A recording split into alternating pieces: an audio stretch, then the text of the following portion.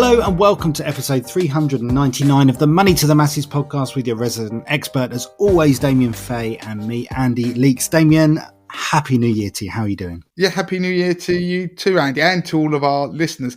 I actually just noticed that next week's our 400th episode. Hearing you say 399 there, we've got all that way, 400 episodes. Who would have thought when we started this podcast, I think it was 8 years ago, was it, or more, that we would have got to 400. This is just the Sunday episodes. There, of course, are the market updates, which are in addition to the 400 Sunday episodes, which we do try and make all of them evergreen as much as we can to go back and listen to them. So, yeah, that's great to hear. And yeah, so Happy New Year to everybody. But there is, on that note, I think New Year, new me, resolutions, all those past episodes, I think we've got something quite nice for listeners that we've pulled together this week. And one thing we have to bear in mind is that in the new year, we always get new listeners. So welcome to all the new listeners out there on the podcast. Yeah, welcome along to those new listeners. And we always see it from the stats each year. The New Year episodes, we get new listeners coming on board. And I myself, as a podcast addict, I always take on an extra couple of podcasts. So welcome. And this is our New Year episode. And every new year, we try and do something that will help both new and existing listeners. Last year, for example, if you haven't listened to it already, if you are new to the podcast, this is a great place to start. Go back and listen to episode 352 from January 2022, where we explain how to get the most of Money to the Masses. There's lots of information in there, and that will give you the backstory as to what this podcast is and how it evolved. And just to cut across you there, Andy, on that episode, we talk about all the different things that we do at Money to the Masses to help people, from our socials to our investing show to our weekly newsletter, which you can sign up to. So even if you're an existing Money to the Masses listener, do listen to that episode, because there'll be lots of things probably you don't even realise or hadn't realised that we do, including tools, newsletters, videos on YouTube, etc. So listen to that. So moving on to this week's show, what we're going to do, as Andy said, is do something for new and old listeners, which is quite a tricky thing, but we've managed to pull it together, inspired by the 28-day challenge that we did last year, which was a hand-holding exercise where we took people through how to sort their finances. And it started with a concept of a black book where you pulled all the information down and use that as the basis of sorting out your finances. And we told you how to do that. Now, you can find that 28-day challenge if you want to do it yourself. It's not timely. You can start it whenever you want and go through that challenge. Go to our Instagram page. You'll find a highlight at the top there which talks about Own It and Fix It. You can find out how to start it via that highlight. You can also search the Money to the Masses website, put in Own It and Fix It or the 28-day challenge. You'll see the week one post on there which you can follow, but it's better to do it via Instagram.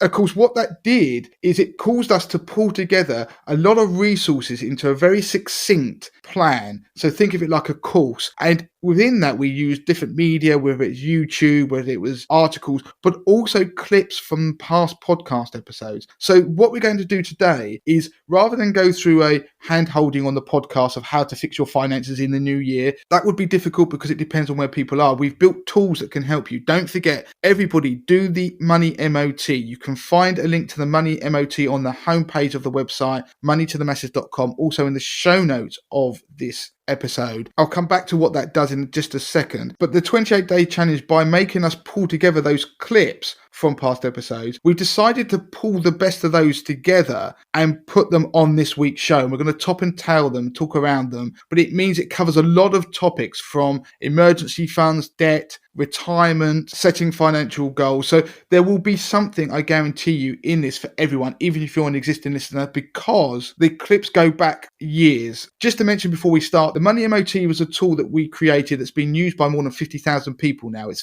free. It takes only 2 minutes to do. You get asked 12 multiple choice questions. You don't have to register or give any details to use the tool. It then gives you a score, so a grading from A down to E, which tells you how you're doing with your finances. And it also, that score is relative to other people like you in the UK. And it also therefore looks at each individual areas of your finances, covering everything from bills, retirement, investing, insurances, and gives you a score, a star rating of how well you're doing, and highlights areas where you might need to improve. You can then sign up for a free action plan, which is an email series that comes to you that's bespoke to you, that will tell you how you can improve your MOT score. You can then retake it and you can try and improve your finances. So it's something that's very direct. Think of the MOT MOT, hence the name, like when you go in to get your car MOT'd, you can make your finances roadworthy. The 28-day challenge that we did last year was something that was much more hand-holding. So it was actually taking people through the whole stages of reviewing their finances, compiling a black book, and then moving on to how they could invest when we did the Grow It stage. So it's much more hands-on. So you can pick which one you like. So let's get started with the first clip, Andy. This is about emergency funds and having a cash buffer for your finances. Now, what's really interesting about this clip, it was recorded in the depths of the pandemic. So going back to 2020. Now, we all lived through that, and there were lots of valuable life and money lessons that we should have learned during that period. And one of them is about the black swans that can happen, that can completely wreak havoc on your life and your finances. So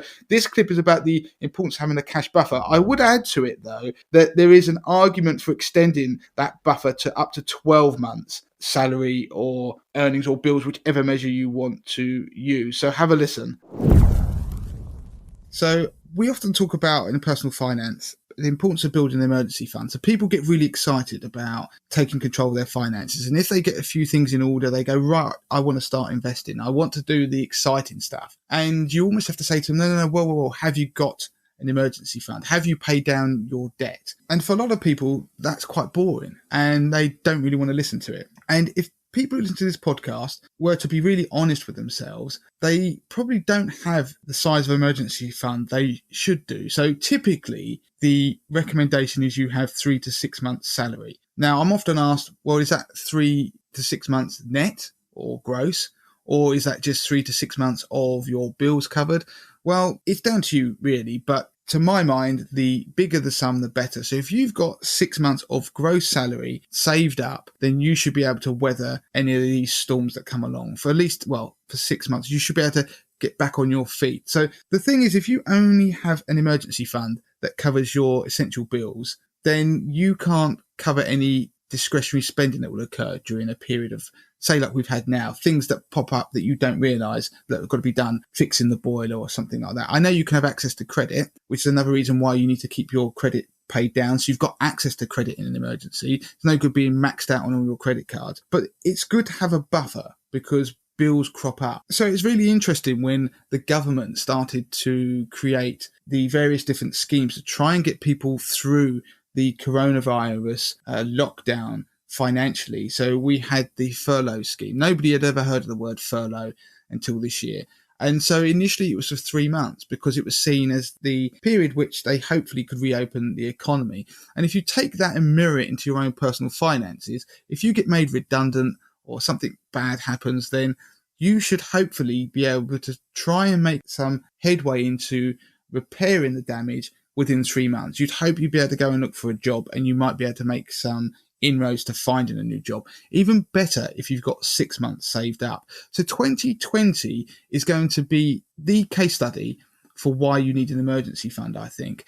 And it's things you can't predict. This black swan event is something that could never have been predicted. I read a headline today that said the Bank of England are now predicting the economy is going to contract. I think it was up to 30% in the second quarter this year. And it was going to be the deepest recession in 300 years. In 300 years, I mean, that's unbelievable. So in terms of an emergency fund, this period, we're not going to ever probably get another period that can demonstrate quite how bad things can get. So what I want people to do is focus on paying down debt, if they can, and build an emergency fund. Now, I'm thinking more once we get out the other end side of this, or if you are lucky enough to not have had your income impacted. Of course, there will be people now who are at the point of firefighting. Hopefully, if they've got an emergency fund, then they are surviving and they'll be grateful. I've seen a lot of people writing in our Facebook group, in other Facebook groups, saying about how glad they are that they actually have an emergency fund. They'd listened to the advice out there about doing so ahead of this. So,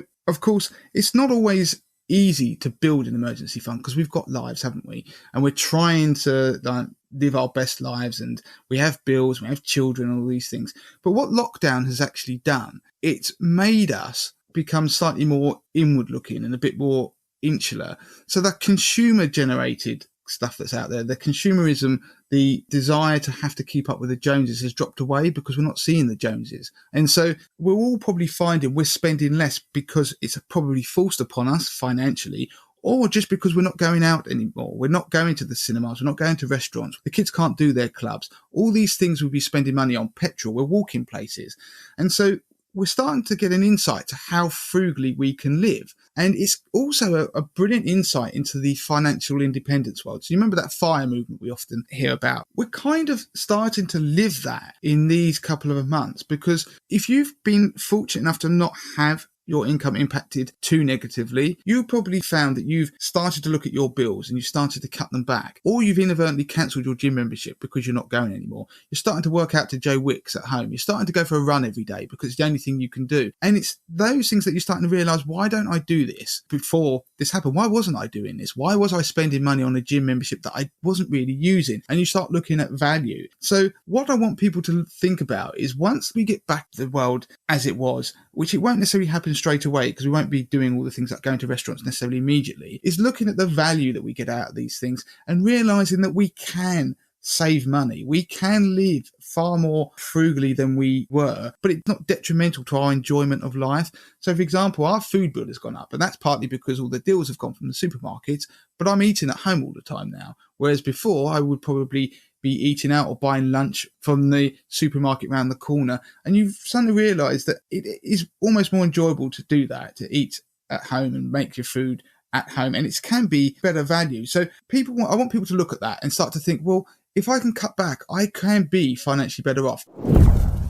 Okay, so moving on to our next clip, we're looking at debt now. So if you've got debt, which a lot of people have, and especially after Christmas, there's some stats going around about the amount of debt that people have taken on over Christmas to pay for presents, food, etc. I wanted to do a piece that was about debt, good debt versus bad debt. So it's trying to readjust our thinking about how we use debt. It will have a huge impact over the coming years if you can take this on board. Now, if you need help with debt, we'll put links in the show notes of this episode and a link to articles about how you can clear debt, some easy steps. So for now, listen to this clip from episode 297 about good debt versus bad debt.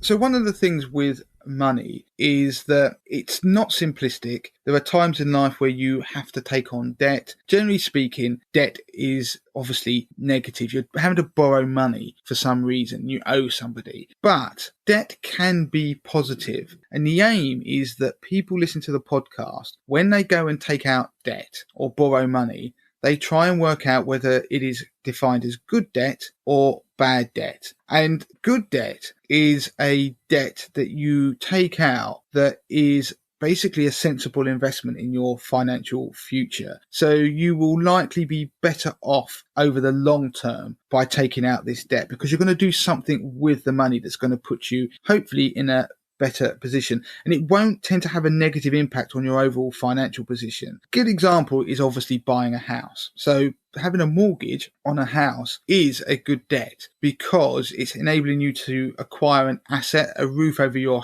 head. It in time will grow in value, and hopefully you will then start to pay the mortgage off over time, and eventually you will get to retirement and you will have an asset that's worth a lot of money that you could potentially sell, downsize, or pass on to your next of kin. So a good debt will have a clear and specific reason, and there's also a plan to pay it back in an affordable manner. And normally a good debt will involve the person going and looking for the cheapest means possible of taking out that debt. So you'll get a mortgage with the lowest rate or an affordable repayment. So there's a definite plan behind the debt. So not all debt is bad. Some debt is obviously good. Like I say, student loan is another one. So student loans, we've done a podcast on it previously. If you search through the past titles, you'll find where we did a whole thing about student debt and how it works. But student debt, although it's a loan, the way you repay it is actually more like a contribution. So you don't have to pay the debt off. It is a good debt in that it can allow you to get a better paid job in the long run. It's not guaranteed, but there's a purpose.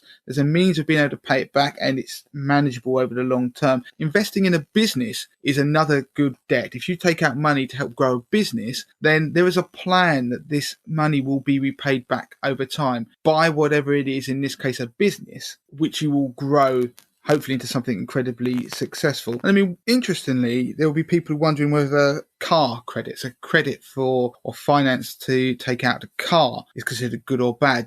The definition would really be down to whether it's essential and it's affordable. So if you need the car, it's essential, but the payment is affordable each month, then it could be classed as a good debt. If it's just some luxury car that you're after because you want to look good and it's pushing you a bit, you can't really afford it, then it's defined as a bad debt. Now, talking of bad debt, the definition is really down to whether it's a drain on your wealth and whether you can afford it. But I suppose ultimately it's whether the item or asset that you're buying or whatever you're going to do with that money can pay for itself over the long run when it comes to that particular debt. So luxury holidays wouldn't count under that regard. Borrowing money to pay bills could be considered as a bad debt. I mean, it could keep your head above water, but in the long run, you've got a problem that needs looking into, and it may be you've got debt problems as well. Another good example is buying things that are perishable. And so if you buy things on credit that are perishable, then that isn't a good use of debt. And it's a good way of framing things that should you use your credit card to buy stuff. And if anybody's listened to this podcast or our YouTube channel, you've heard me talk about this 19-year sandwich idea. And it's simply that if you were 21 and you bought your £3 meal deal every day for a year, that'd be about £1,000 you'd end up putting on your credit card. If you paid the minimum amount on your credit card at a typical interest rate for a credit card in the UK, it will take you until you are 40 to clear that debt because of the interest that keeps rolling up. And ultimately, those sandwiches would have ended up costing about £6 each rather than £3. So that shows you the difference, and that's why that's a bad debt. Now, as a final point on this, the Money Advice Service gives some good tips to avoid bad debt. And they've got a checklist that you can go through. So if any of the answers are no to the questions I'm going to ask, then the debt is likely to be a bad debt. So have you shopped around to get the best deal? Are you borrowing money as cheaply as possible? Will you be able to cope should the interest rate rise in the future? Will you comfortably be able to afford any monthly payments? Will borrowing this money improve your finances in the long run? And do you understand the risks and what could happen if things go wrong? And finally, do you understand all the terms and conditions associated with borrowing the money? So if you answer no to any of those questions, then you are likely to be taking out bad debt. And as a general rule of thumb, always look to avoid bad debt where possible. So moving on to the next topic, one of the most popular things that people search for in the new year is help and advice on budgeting. And last year, as part of the 28-day challenge, we created a budgeting spreadsheet. Now, you can download this for free. We'll put a link in the notes of this show where you can download that spreadsheet. We created it. The spreadsheet itself is how I run my own money and budget. It also contains links through to articles on the Money to the Masses website where it tells you how you can reduce your bills. So it's an all-in-one spreadsheet, and it also links nicely with using budgeting apps. And also there is a video on YouTube, which we again will link to, that explains how to use this spreadsheet in detail. So here's the clip. We mentioned that 28-day challenge, so don't worry about that, but the clip is still very much valid. We did a 28-day challenge at the start of the year, and if you go on our Instagram profile, it's actually under the Fix It and Grow It campaign. So if you look at Fix It and Grow It, you'll see a highlight, and we walked people through how to fix their finances and how to improve them. And part of that, we also told people how they could budget effectively. And we'll put a link in the show notes. We have our very own budget spreadsheet, which you can download. It has links to show you how to get the best out of your money, reduce bills, and how to split your money up. So in terms of wants, needs, and saving money and clearing debt. So that is incredibly useful, and it's something that I've used personally. Now, just to give you a quick summary, what typically happens, we help you to budget. You would also, in parallel, you might download a budgeting app, so something like Money Dashboard or Emma, or if you use something like Starling Bank, there's a lot of analysis that they provide on your spending. And one of the things that they're really good at, these apps, are quantifying what you're doing with your money. If you can't quantify it, you can't control it. So you control your spending. You'll be able to see very quickly where your money is going, because whenever you spend money, these apps will categorize your spending into different areas. So it could be, for example, spending on groceries. It could be on going out, eating out, and it puts it into buckets. And so you can see where your money is going. Now, once you can quantify it, you can then start to control it. And using that budgeting spreadsheet that I mentioned, we show you how you can cut bills. They are your things that you have to have, how you can cut the things you don't need, your wants, so your discretionary spending, and we give tips. And more importantly, we start to help you build budgets. And those budgeting apps are very good at that. So going forward, you don't have to do as much work. All the heavy lifting is done for you. So for example, every day I must open my budgeting app multiple times just to see as transactions go through on my credit card and bank account, they drop into the relevant categories where I've got specified budgets and I can see that I'm within my budgets. That even goes down to petrol, how much I spend a month on petrol, and I can therefore start to change behaviors. Now, the thing is, you build a budget and then you need to review it over time. And we often don't focus enough on how do you actually review that budget, because one of the problems you have is you've started to reduce your bills and you've got to the point where you feel you've optimized and cut back all you can, but then you need to start cutting back on other areas because obviously money is tight. There is a cost of living crisis and sometimes you don't always manage to stick to your budget. So what can you do to try and make headway, not just become disheartened? Well, one of the things is you review your budget, and then by looking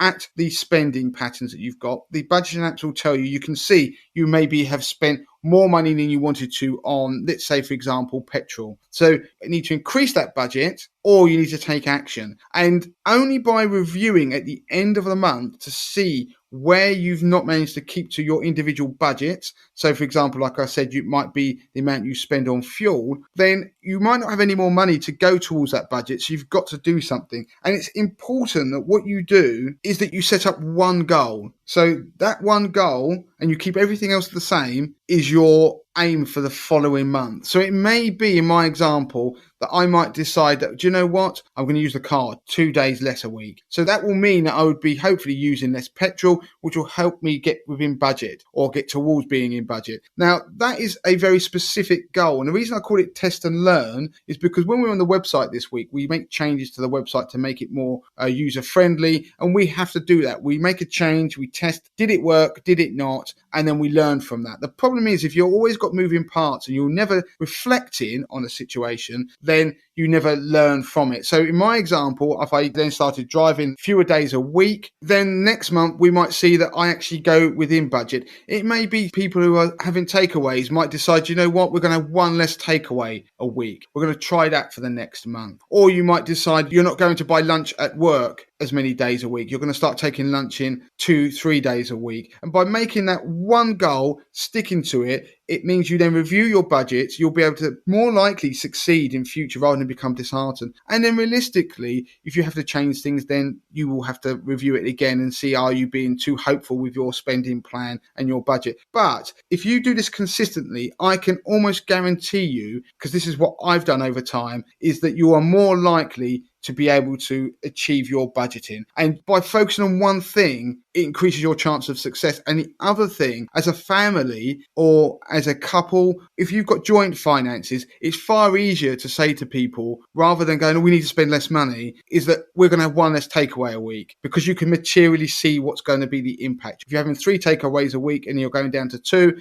then you're going to save a third of your money that you're spending on takeaways. And that is a far easier thing to get people on board with. So the message is, make sure that you're constantly reviewing your budgeting apps or spreadsheets throughout the month, anticipating future spending so you can try and stick within that budget. But at the end of the month, set a new goal for the following month, one task, stick to it, achieve it, rinse and repeat month after month with a new goal, and your chances of a success are much higher. And it's how I've done it over the years, but I've just never actually talked about it until I realized the other day that we do need to talk about how you do the reviewing part of budgeting and not just focus on setting them up. Okay, and so the next clip we're going to play out is talking about protection, personal protection, and taking the time to evaluate that to see if it still matches your current situation. So sometimes that may mean you have to invest a little bit more money because it might mean that you're underinsured, but it can be something that you do that can actually end up saving you money because you may find out you're overinsured. And we explain that in this piece. And so the only thing to mention is this particular piece was heavily focused on life insurance, but the same principles can be applied across personal protection. So if you've considered critical illness in the past or you've got a critical illness policy, the same applies. Income protection, if you've got that or you're considering it, again, the same process applies. So there are certain life events that happen when we need to review and reflect on our life insurance. It may be because we want to change the amount of life insurance we have, how long we have that life insurance for, or just who it's going to be payable to, who the beneficiary of that money will be. And these things do change with life events. And it's important that we go back and check that our life insurance reflects our wants and desires in the way that we feel is right for us. Perfect. So you've written an article specifically detailing a number of reasons why you might want to review your life insurance. And we'll put the link to that article in the show notes today so listeners can go and read that article in full. So you're going to summarize that article now in the podcast and go through each of those key events. So what's the first one? Okay, so the first of the events that we looked at was either marriage or a decision to start living with your partner, cohabiting and sharing financial affairs with a significant other can be, a significant event in your life, and it's one where you should reflect on what your life insurance is doing and whether it's sufficient, especially in situations where one person might be reliant on the other person's income to maintain their lifestyle. That sort of situation can have an effect on what kind of life insurance you need, how long you need it for, and especially on who you want to point that life insurance at in terms of a beneficiary. And then conversely, there is another reason why you might want to review your life insurance, kind of the opposite, right? Yeah, definitely. There's obviously the other flip side to that is divorce and separation. When people separate their financial affairs from one another, then life insurances need to be reflected on, especially if those life insurances were taken out jointly. A lot of joint policies have separation options within them,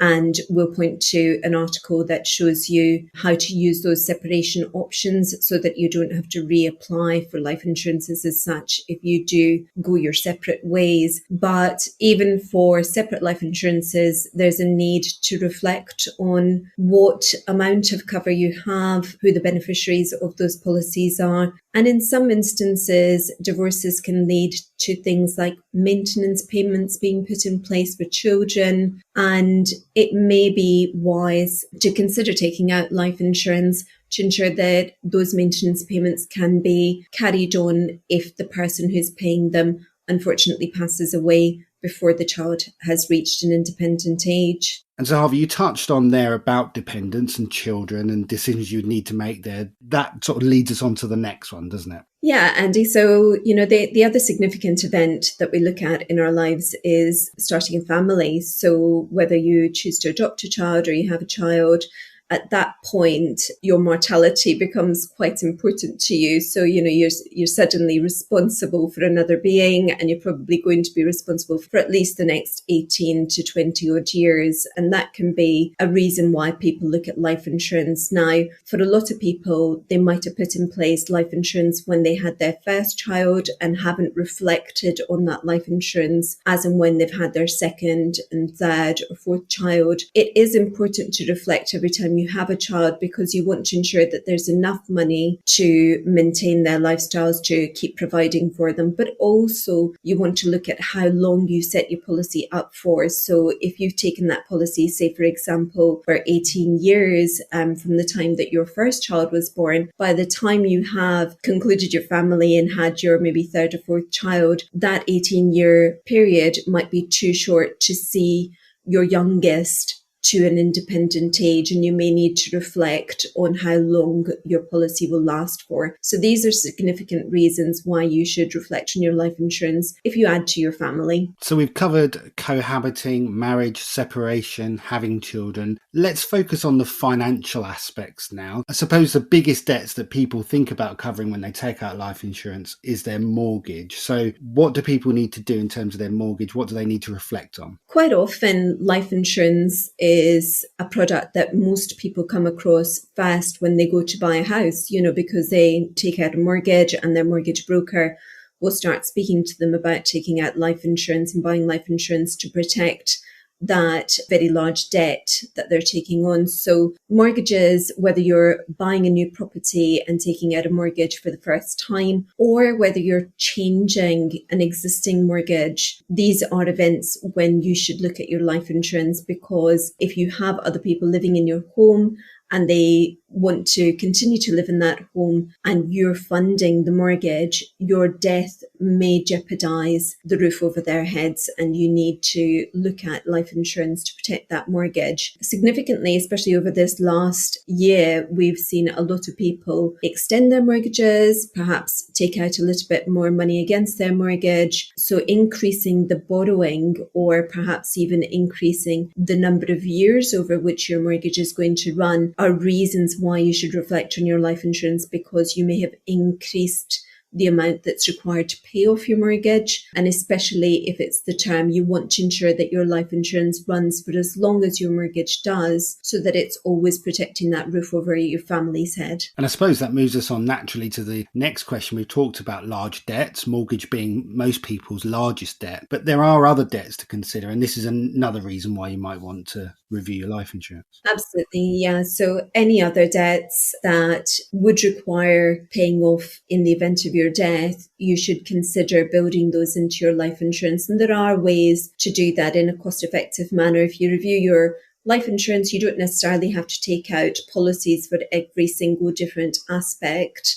You may want to consolidate some of those things, and sometimes it can make sense to incorporate some of your debts with your mortgage cover, for example, but taking some advice to work out how to do that comprehensively and in the most cost-effective way is usually the right course of action. And so staying on the sort of finance side of things then, we've looked at debts. What about the income, the money coming in, occupation? This is another reason why you might want to review things. Yeah, I mean, having a change in your income, or, changing occupations altogether, most significantly for people who perhaps have gone down the self-employed route and started businesses of their own, these kinds of changes should prompt you to look at your life insurance, largely because if we're earning more, we're usually spending more. It means that our lifestyles require more money to maintain. So it might mean that life insurance that you put in place years ago doesn't really reflect how much money is required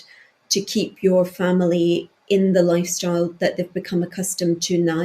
Other things to bear in mind are also, if you change jobs, you may have had some employee benefits through your previous employer that you'd no longer have. So some employers provide something called death in service benefits, and you may have had some life insurance through your employer, which you may have given up. And conversely, you may go to a new employer who provides these benefits for free, and you didn't have them previously, and perhaps that in itself warrants reflecting on the life insurance that you're paying for personally. But yeah, there are a number of significant reasons why you should look at your life insurance if you make some change in your working life and if your income changes. There are also instances where perhaps a member of the family who was not working previously starts to work. That's another reason why the family should reflect on their life insurance. Very often life insurance is put in place when we have children,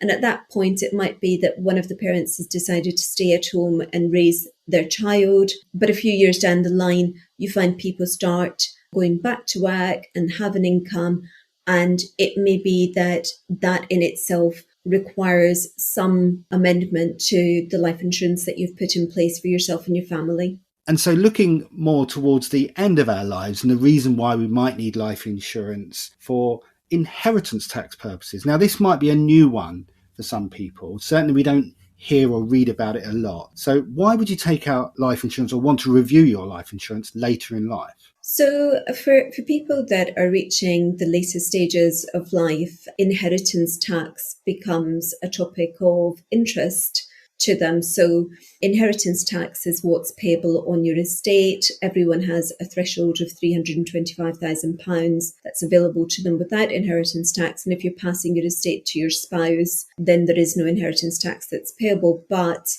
in situations where your estate could be liable for inheritance tax, some people will choose to put in place life insurance and put that in a trust so that it's available to their beneficiaries and can fund the tax that will be payable upon their death. Now, there are a number of reasons why you should reflect on life insurance that you've put in place for inheritance tax. It could be that your estate has changed in value, so the inheritance tax applicable to your estate has changed. That needs to be reviewed. But you may have also made some gifts during your lifetime which become potentially exempt from tax and are only liable for tax for a period of time. And obviously, life insurance is not the only way to address your inheritance tax liability applicable to your estate. There may be other ways that you can mitigate and arrange your affairs so that the tax liability is reduced. And there are a number of these ways and methods discussed in an article that we will also link to this piece. Okay, so that's great, Harvey. We've covered some really good reasons why you might want to review your life insurance. We're just going to finish off this piece. You're going to give a few tips for some people who might be looking at their life insurance and want to just simply lower their premiums. How do they do it? Yeah, reflecting and reviewing on your life insurance might not save you money. In some cases, it does because, you realize you've got more cover than you need, or, it's running for too long and you can perhaps review things that will reduce the cost of your life insurance. But there are significant things that will reduce your life insurance premium if you approach somebody to review your life insurance. The first of those is the fact that you've given up smoking. So if you were a smoker when you took out your life insurance policy or you bought your life insurance, at that time you will have paid a smoker rate. A smoker is somebody who has used tobacco or nicotine products within the last 12 months. That includes vaping. So if you had to tick that box on your application form when you initially bought your life insurance, then it's likely you're paying smoker rates. Smoker rates are almost double what a non-smoker would pay. And if you have succeeded in giving up smoking and have been without nicotine or tobacco for at least 12 months, then you should review your life insurance because it's very likely that you'll make a very significant saving on what you're spending. The second way that you can look to lower your life insurance premium is if your health has improved or if a significant amount of time has passed since you had a health event. So if you're somebody who applied for life insurance and at the time you were suffering with poor health, or you'd perhaps just had a significant health event, something like a cancer diagnosis or a heart attack or a stroke or something significant, then the further away you are from that event in your life, the less risk you pose to a life insurance company, and therefore the lower the cost of that life insurance should be for you. So it is useful to go back and reflect on policies if the cost of that policy was increased at the time that you bought it. And then lastly, Andy, we also see that for some age groups and significantly across the board, some rates have reduced for life insurance. So it's a competitive world. Insurance companies do try to beat each other on premiums to attract new business. And I think that from time to time, it is valuable, just like we do with most of our other insurances that we have, that we go back to market and just check that we aren't paying more than what we should be paying for the life insurance that we have, because you may find that the rates have reduced and there's just a natural saving to be made without any change to your circumstance or to the policy that you have in place at the moment. Okay, so this next piece is about financial goals. And the reason I wanted this to be part of this show is that it encourages people to think about the future, but also how to achieve and set goals, but occasionally how you have to be realistic about those goals going forward. And I know people get very bogged down with how much money they're going to have in retirement and whether they're going to be able to save enough. So this piece is really about giving people a touch of realism, but also some optimism about achieving goals in the future. And the other thing that's quite nice about it is it talks about stock markets ups and downs. So when you have a market that sells off and how that impacts achieving your goals in the future. And of course, we've just come out of a year where we've seen a bear market in action and stock markets and bond markets tumble. I was asked the question by a lady called Sarah, and I'll just read it out roughly. And they said they wanted to know how to manage financial goals. So they are trying to save for retirement as they're in their 40s and have very little saved in pensions. But they also want to have a normal life, not extravagant. They don't go shopping each month, nor do they drive lease cars. It's hard not to feel guilty all the time. Guilty in the short term if we spend more on a holiday than planned, or spent more in a month than had been budgeted. Guilty also in the long term, as even though saving, we still don't think we're doing enough. Now, when they say saving, they mean stocks and shares. So the reason I just wanted to pick up this topic is because in the office the other day I was discussing the idea about goals. And in the world of finance, we just obsess about stock markets. So we'll look at it and go, oh yeah, we made 10% this year. Or if you last year could have made even more where the market was so good. Or this year we lost 10% or 5%. And how much people are putting into their pension pots. Now, taking a step away from Sarah's particular case, what we need to do, and I wish the world of finance did a bit more, was start with the end goal, decide what this retirement looks like, be very realistic about what it's going to be, and work out how much money you're going to need for that retirement, okay? Then work backwards to today's date, how many years you've got left, and then how much money you've got at the moment you put aside, and then work out the compound interest in effect, or the rate you need to achieve to actually end up with the pot of gold that you need to be able to have the retirement or whatever it is that you want. Now, if you have something too high, then you're going to have to take a lot of risk or put more money in. Now, the reason that I like the idea of working backwards is that you should be able to draw a relatively straight line. So let's say you needed 5% a year return. That's quite low, but let's be honest, equities don't give you much more than that on average.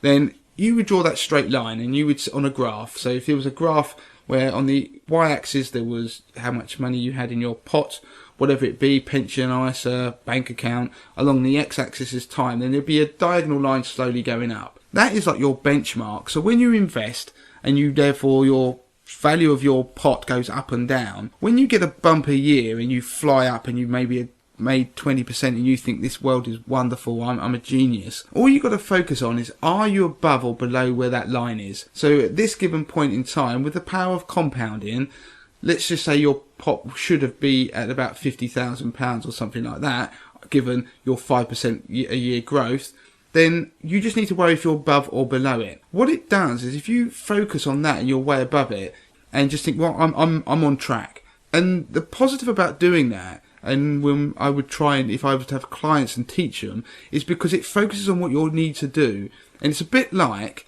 you're trying to travel from London to Edinburgh and you're going and you've worked out your most direct route. And it's kind of irrelevant what's going on all the side roads or what somebody else is doing. All you're focused on is your straightest line, your straight line to where you want to go, which is that benchmark, that sort of gradually going up, say 5% a year, which if that's a sufficient rate. Of course, by doing that, you don't get carried away with the amount of money you may have made in a very good year, because equally, you're going to have a year where you end up maybe losing 20%. But if your pot is still above that line, am I making sense, Andy? If it's still above that line, you can take that hit. You sit there and go, that is just the ups and downs of the stock market. Equally, if you dip below it, then you're not going to beat yourself up about it. You can just see that this is the trend I need to follow, and I will get back to that. And so what it does, it stops you focusing on the sort of speed of how you get there in terms of the gyration. So on our journey from London to Edinburgh, it's a bit like obsessing about the traffic, how fast you're travelling. So you might have a period where you're going 70, maybe 80, who knows, you might be crazy, where you've got no traffic, and this is like brilliant. But there's going to be a period around the corner where you get the traffic jam. That's the bad year in the stock market.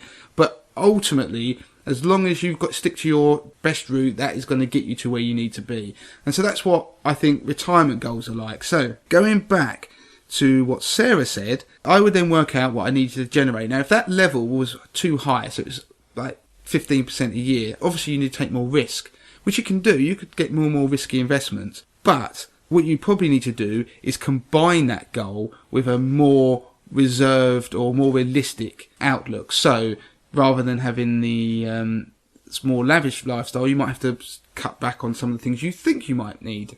And it's incredible that if you start applying that sort of money saving angle to what your dreams may be, it can make the dream more realistic. Now, I'm going to quickly give you an example. There's a book called The 4-Hour Working Week, which is a very famous book, which was written by a guy called Tim Ferriss. And the idea behind it is that he travels the world, earns ridiculous sums of money, only works 4 hours a week from a business he built himself. And it was all about automating your business. So it's like using computers. I think he ended up selling food supplements. So it's meant to be achievable for anybody. It's an interesting book. There's a whole movement out there, people who do it. It means anybody could end up, he says, working a 4-hour week. And what he does is he actually works back in that. There's a very good bit of financial planning, which I don't think he quite realises that's what it is to a certain extent. But he said, if you want to drive a Ferrari, be realistic. When you drive a Ferrari, there's only so many days of a year you can drive a Ferrari because the weather or just when you are available to drive a Ferrari. If you buy one, it might cost you... How much does a Ferrari cost, Andy? I have no idea. I've got no idea either, but I imagine it's somewhere in the region of 200 to 250,000. Yeah, so to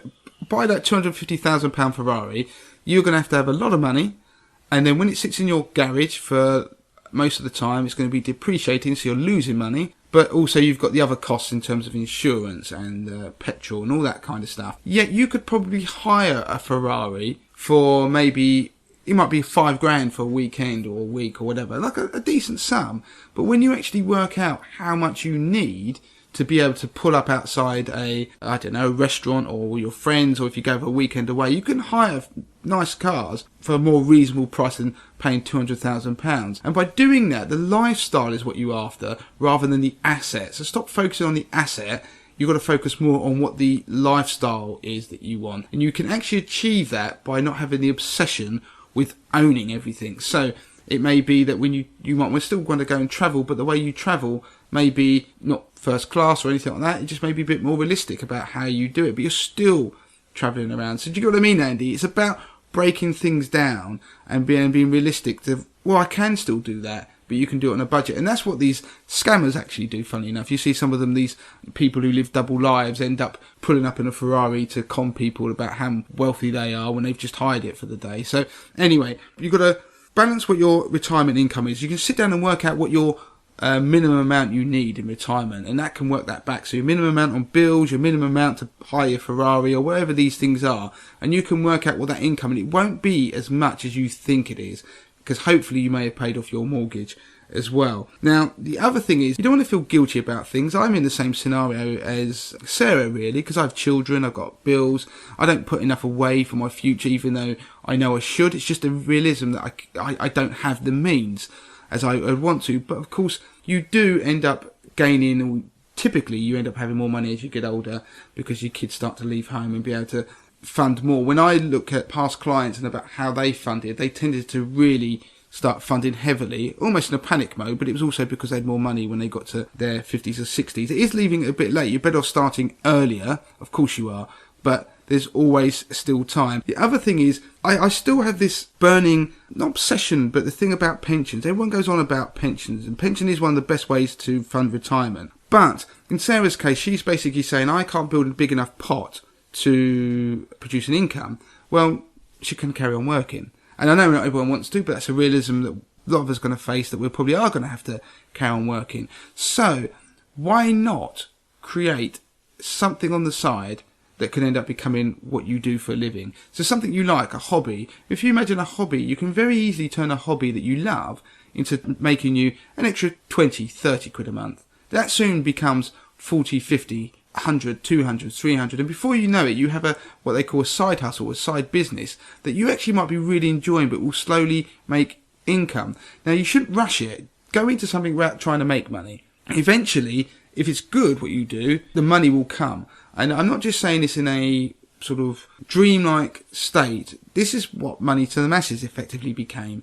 Money to the Masses was started by me just doing something I was passionate about, and it's now a business that I run and have people working with me, like my brother, and it's what I do and it's what I love, but it also does feed my kids. So you can do things that you really like and love, but start early, because it can take you 10 years before you're making any sort of income stream, but that's fine if you're not in a rush. So I would also say try and do that. Don't beat yourself up about your financial goals, because you have to also realise how resourceful we are. As humans, we're very, very, very resourceful. If you don't have any money, people do find ways to live. So I think people have to realise they are very resourceful. And also, one other quick tidbit I would say is that when you're 90, with the best will in the world, you won't be spending as much money as you will be when you were 60 or when you were 50. It just doesn't happen. When I look at people who in the past who are clients, maybe some will do and have a very long and healthy retirement, but what tends to happen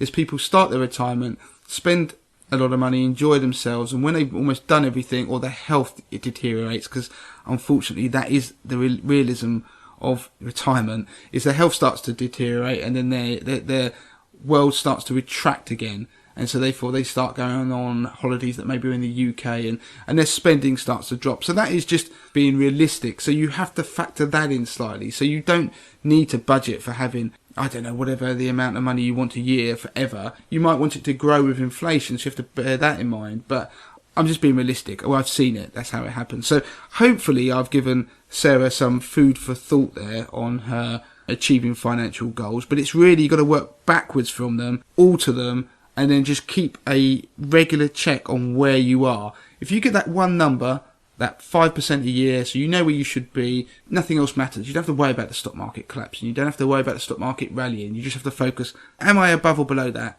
I'm above it. Good. Move on.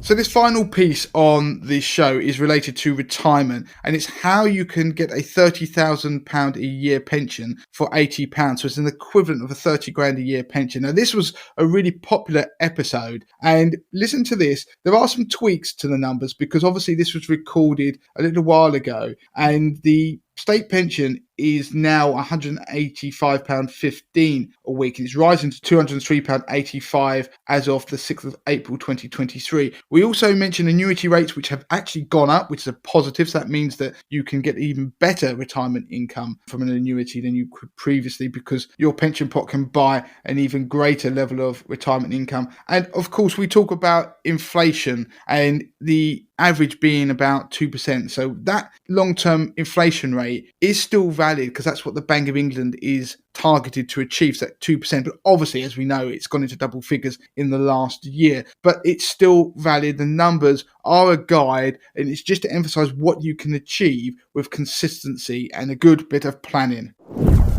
So how can you get the equivalent of a 30 grand a year salary at age 65? So it's taken into account inflation and everything. So if you want £30,000 at 65, the equivalent lifestyle, what you've got to realise is you don't necessarily have to have £30,000. Say that you were earning that just before you retired. Because you won't have a mortgage, it's unlikely you will do. Then there are other expenses that will reduce as you get near retirement. Typically, 2/3 of your final pay has always been something they used to do in final salary schemes. So what I'm going to do is say, right, to get to that £30,000 a year amount, roughly 2/3 of that salary is £20,000. That's what you've got to aim for, because that's going to give you that £30,000 a year lifestyle at retirement. So £20,000. Now, don't forget that we are entitled to a state pension in this country. And if you've got a full national insurance contribution history, you will get, as it stands, £179.60 per week, which works out to be £9,339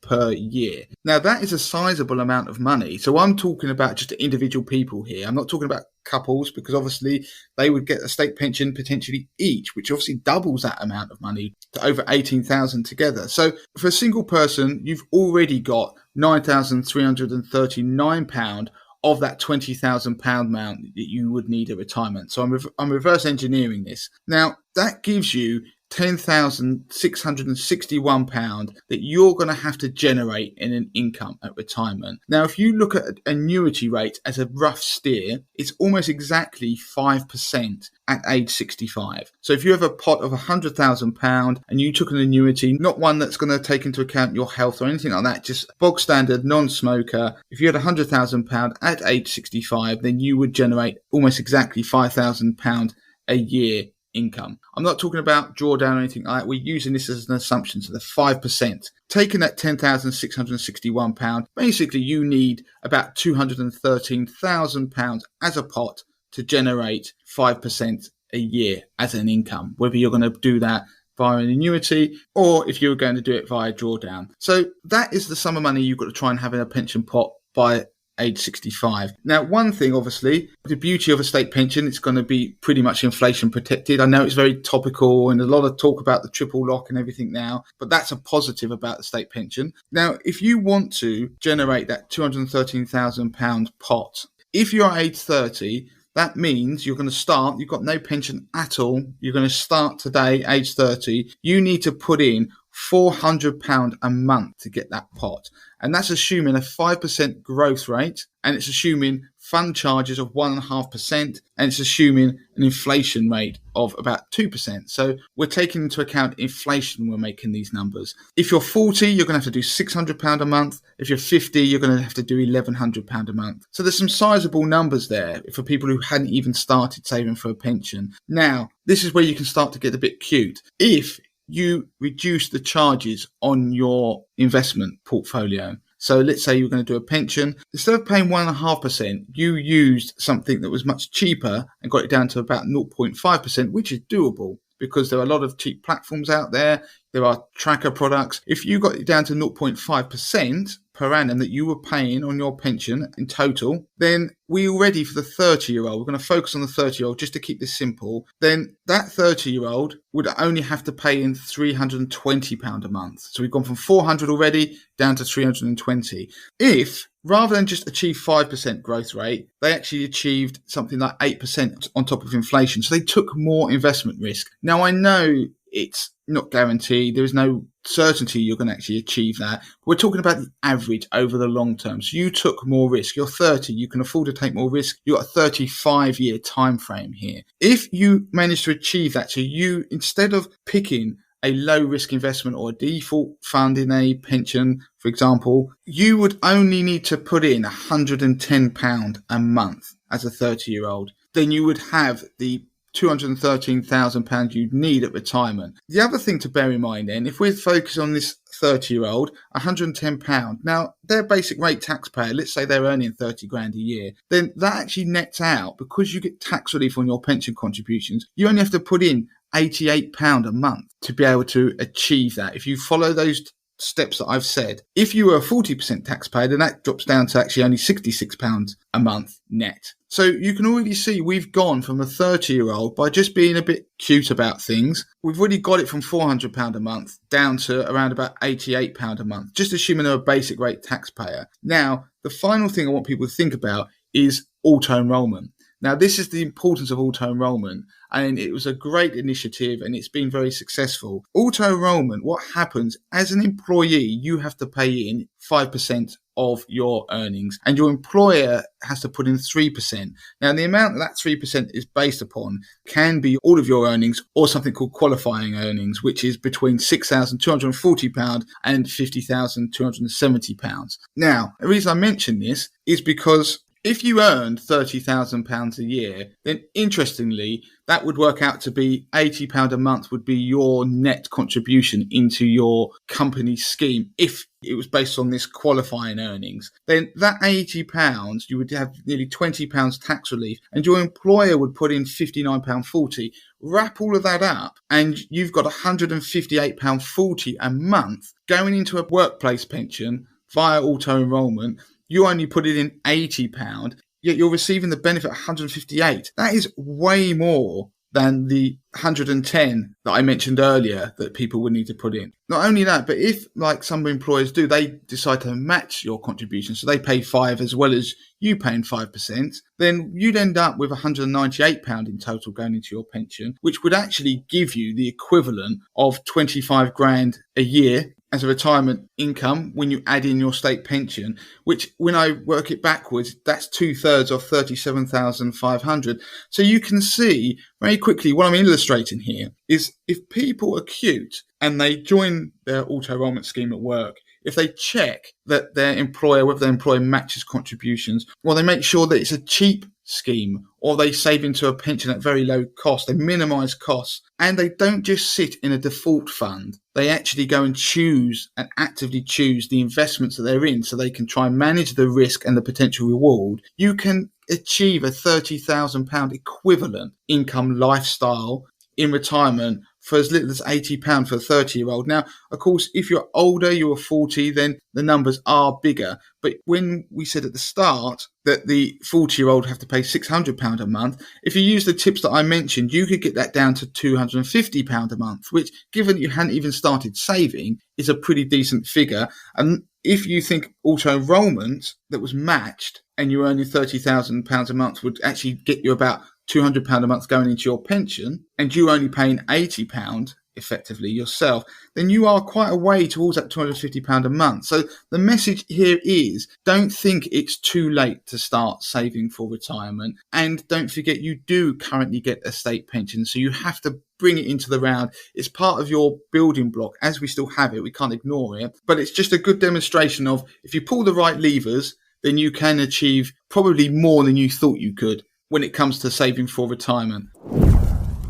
Okay, so we had a good dig into the archives there and have provided some of our favourite episodes that cover some really key topics that should get you off to a great start in 2023. And as we mentioned at the start of the episode, we have some really good tools that you should be taking advantage of. We'll link them to the show notes. It's Damien's MOT. Make sure that you do that. It will only take a couple of minutes. And of course, that 28-day financial fitness challenge that we've got, we'll link to how you can access that. In terms of what we haven't covered there, which are really important, make sure that you do have a look at wills. If you haven't done your will yet, the MOT will guide you through that and ask the question. But if you haven't done wills, we've got lots and lots on the site, and we'll link to details about wills in the show notes as well. And of course, while digging through the archives, we don't go into detail about the cost of living crisis that we're currently living through. We know it's a hot topic, but we've done lots and lots on the website on that. So make sure that you check out the detailed guide that Lauren's done. We'll put links to that in the show notes. Yeah, and can I just say that I've been doing this for nearly 13 years now. It actually will be 13 years in a couple of weeks. And Lauren's guide is one of the best things I've seen out there in terms of financial writing, and it covers everything to do with cost of living crisis. So that's the payments you can get. It's about cutting your bills. It's about debt, everything that people could want. It is a meaty piece, but it's very succinct in its individual section. So we'll put a link to it. Make sure you go and have a read. You will find something in there that is useful. Retirement, I mean, we could go on all day, but retirement planning, there is a calculator that we have that people can use to try and see what their pensions could look like in the future, how much they could put into their pension, what difference it will make. They can play around with it. Calculators.moneytothemasses.com/pension is the address where you can find that. So Andy, there's so much there that we've done in one episode. If people haven't made some sort of improvement in their finances, then I'll be very surprised. So do leave a review of the podcast. That really helps us in those charts, and it also is incredibly motivating for the team. As ever, join the Facebook group, facebook.com/groups/money to the masses. You can ask questions in there and converse with like-minded people. Of course, follow us on all of our social channels, YouTube, Instagram, Twitter. Subscribe to the weekly newsletter, moneytothemasses.com/newsletter, and do listen to that episode we mentioned at the start of the show where we talked about everything you can do to get the most out of Money to the Masses and what we do for you. So that brings the curtain down on this show, Andy. So that's it, really, isn't it? It is indeed. Thanks for sticking with us through 2022. Welcome to the new listeners for 2023. We're looking forward to a really busy year, and until next time.